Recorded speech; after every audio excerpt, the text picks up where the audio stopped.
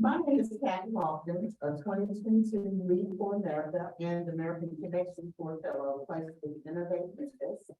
And I'm here this afternoon to talk to you about cupcakes. And I know that sounds a little out of the box, but it'll make sense to me by the time I get sitting there. Now, I love outreach and I have a big old sense of community. And working with seniors is just one of several things I especially love doing. Now, when I was growing up, I spent a lot of time around my elderly family members, and I was considered to be an old soul, which may partially explain my affinity for working with seniors. Now, my playmates and my classmates would often say and tell me that I actually sounded like I was grown. And maybe so, but actually, I was just focused on doing what grown folks do, which was getting out on my own and making my mark on the world. So after some time spent relocating and being in corporate America and making my mark on the world, in a few places, the most indelible one ended up being made at home. My biggest life accomplishment was that of taking care of a senior. Right before Christmas of 2012 and up until October 13th of 2020, the morning my father took his last breath and uttered the words, "Mom," the nickname he affectionately gave me. I was his primary caregiver. And during those years, I made an intentional decision to leave a posh job to get my father through a stroke, a heart attack, and a 3-day stint on a ventilator, all which my dad did. Due to his strong will and his only child, who is a badass.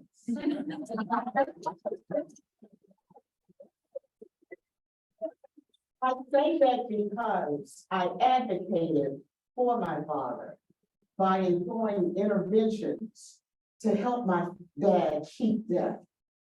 And I became known somewhat of a death whisperer because of that, because I kept doing things to help my dad cheat death with the Lord's grace. And as a result, I found myself counseling other families and individuals in similar situations on things like navigating the hospital system and medical conditions and utilizing and accessing senior services. And because of that, I even ended up producing and directing my very first winning documentary on taking care of terminally ill seniors in the home due to those intriguing stories exchanged with me by others. Now,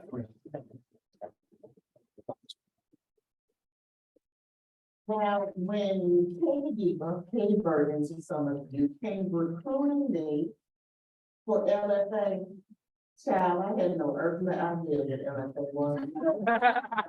I had never heard of it, nor did I have any idea that this fantastic fellowship assignment that would be proposed to me would be.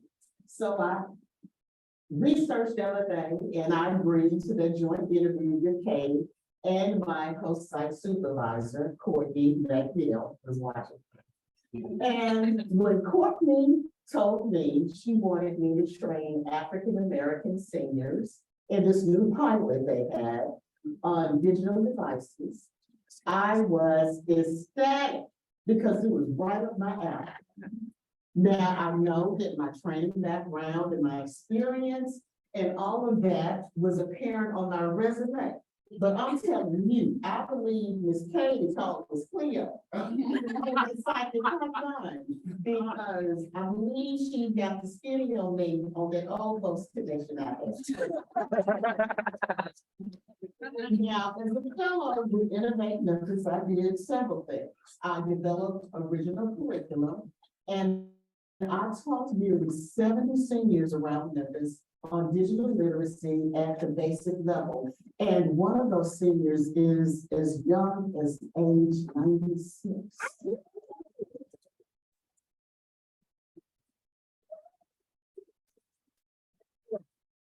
Now, we targeted zip codes in Memphis in the lower socioeconomic strata, but any senior that met the skill criteria could have participated. Now, of my participants, I was glad to welcome 3 in wheelchairs, 1 who is hearing impaired, and 1 who now fills her AARP community group doing data entry duties. And that's my mom's very good friend and our longtime church member, Bobby Williams.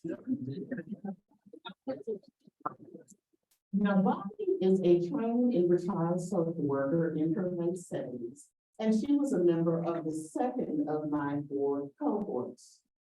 And Bobby is the one who also dispelled a very erroneous assumption that I had, which is if you are upper middle income, and also educated, it must mean you are computer literate. Couldn't be further from the truth. Now, Bobby struggled in my class, and I mean, she struggled.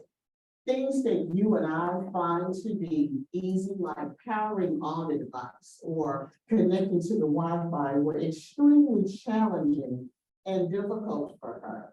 And during the class, I had to keep going over there to the corner, saying, Bob, you playing, right? Are you kidding me? And I could talk to her like that through that long term before. But those things were really hard for her, and I just had to break it down. I had to break a lot of things down to most of the seniors in my cohorts. And what I found was those things that were in the curriculum that I originally was going to use were not at all suitable for Black urban seniors, and especially those who had never been exposed to digital literacy and a laptop device before.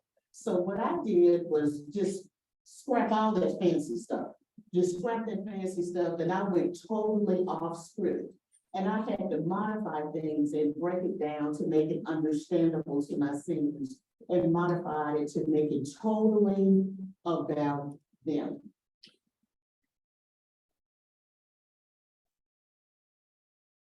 Now, a couple of months after that class was over, I got a call from her. And she called to let me know how she was doing on that free laptop device that we provided in my class. And she said that she was taking on some duties in her AARP group. And her group leader, Cynthia, also gave me a call because she noticed this new confidence boost that Bobby had taken on, and she wanted to know where it came from. So Bobby told her it was due to the digital literacy class that she attended of mine, and Bobby credited me as the key to her success. But enough of that, because I'm looking at your faces and you're trying to wonder about those cupcakes.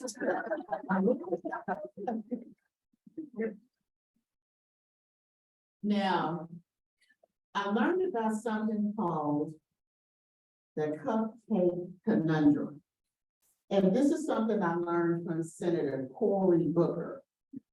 This is a social and psychological experiment involving 100 people who were given cupcakes. 50 were given cupcakes and told that they could keep them and eat them. And the other 50 were told to give them away. Now, with the 50 who gave them away, there were 3 things that occurred. The first is they experienced intrinsic reward. Next, they experienced well-being.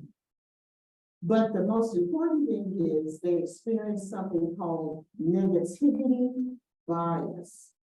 And that meant they underestimated the positive feelings that the recipients of those cupcakes would get due to that act of kindness of getting the cupcakes.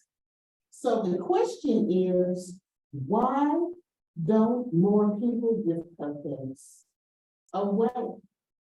And No, that applies to so many things with us. We take for granted that little things mean a lot to people. And you know what else? Sometimes the gifts that we give others may be the only gift that they ever receive.